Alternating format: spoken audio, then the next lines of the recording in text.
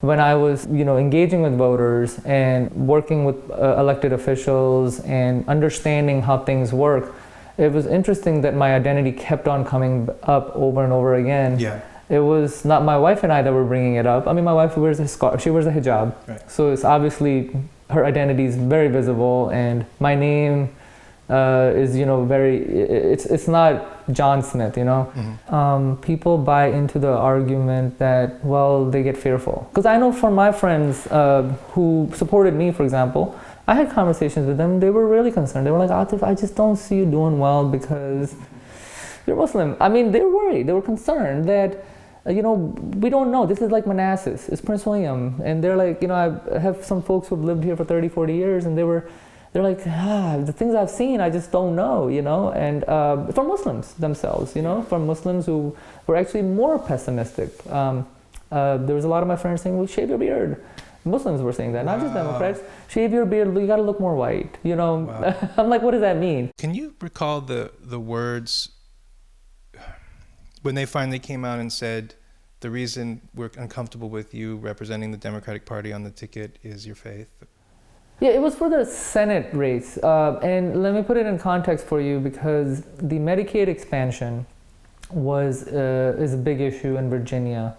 And the Senate Democrats had 19 seats, the Republicans had 21 seats. We had to hold on to the seat, and we had to pick up another seat to get the majority back, so we can address the issue of Medicaid expansion. And when I made my announcement in front of the Prince William County Democratic Committee, one of the state senators actually came down. It was very unconventional of him to come down and saying that, well, we know that Atif's running, and he's a great guy. Having said that, keep your options open, because we have this other gentleman who is really, really qualified as well. Uh-huh. And we basically, the message was being sent to the rest of the committee is that, wait, the establishment is thinking of somebody else. That gentleman actually didn't end up running. Uh-huh. And that's what it really bothered me, is that that gentleman didn't run, so they went and saw another white gentleman. That is why I got really upset, is because the person you really wanted from the get-go didn't decide to run. And I met with that person, and I completely understood why they were supporting him, because he had been involved in the community, right? Completely got that.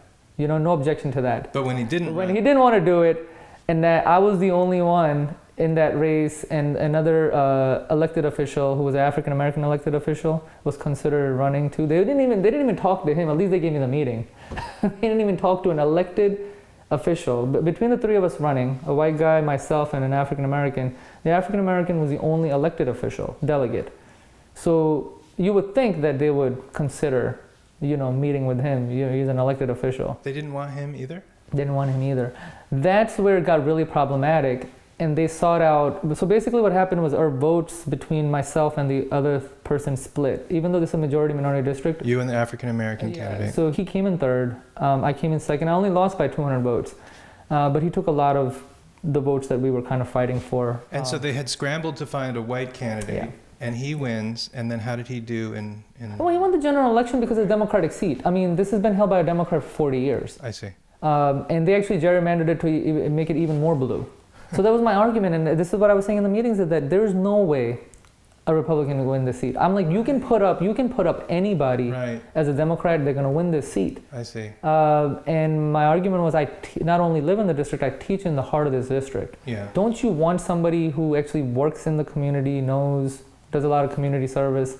But they didn't want to hear any of that. From my recollection in the meeting, it wasn't nothing bigoted or anything. It was just, well, we think that this other person is a better option, and it wasn't specified why. They didn't say why. The only thing they did say was about, my facial hair issues, or they asked questions about, well, how has your experience been at the door knocking with voters? Have they brought up the issue of, your background and so forth?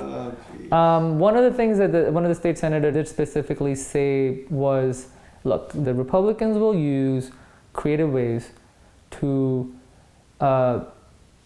bring up your identity because this is a competitive race. I'm like, well, it didn't happen before. Bob Marshall didn't do that. He said because he didn't have the resources and the money to go to that length, and he didn't take you seriously because you were very new. But since you have done well, and in this thing we fear that the Republicans will spend $1 million in very creative ways, and they'll use PACs and whatever to highlight. And I completely understand that. I don't put it past the Republicans to do that. Was your argument that it would backfire? Because it looks That's like what I it's said. starting to backfire. That's what I said. I said, you have to have faith in the voters. I'm like, this is a majority-minority district. I think it would actually help me if somebody, I think that's why Bob Marshall didn't bring up religion or anything. And I think that... Or maybe he had some integrity. He does have integrity, and I know the mayor who was running from the Republican side, he's a very nice man. I highly doubt he would have done something like that. What about, though, these, super PAC type of... I just don't think so. I don't think they would have done that. And again, even if they did, it would have backfired. This is a very, very blue seat. Yeah.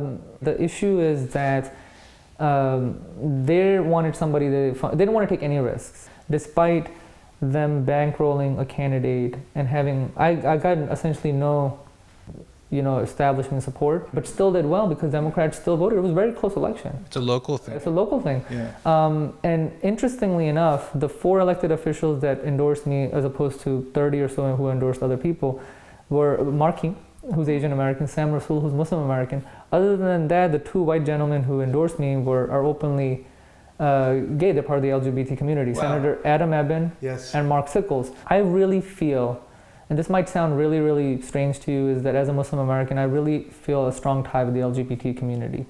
Because in both of my elections, I feel like they've been a really strong support base from the LGBT community. What do you have in common with the LGBT community? Initially, because when I was running against Bob Marshall, and he's very public enemy number one for the LGBT community, I started to make friends with a lot of the folks, but those friendships, went beyond. But I do feel that because the LGBT community has their own struggles, that I feel that they're more sensitive to your struggles, and vice versa. Yeah, I mean, that's kind of what I was getting at, because I felt a kinship to the LGBT community early on as a biracial person when people emerged.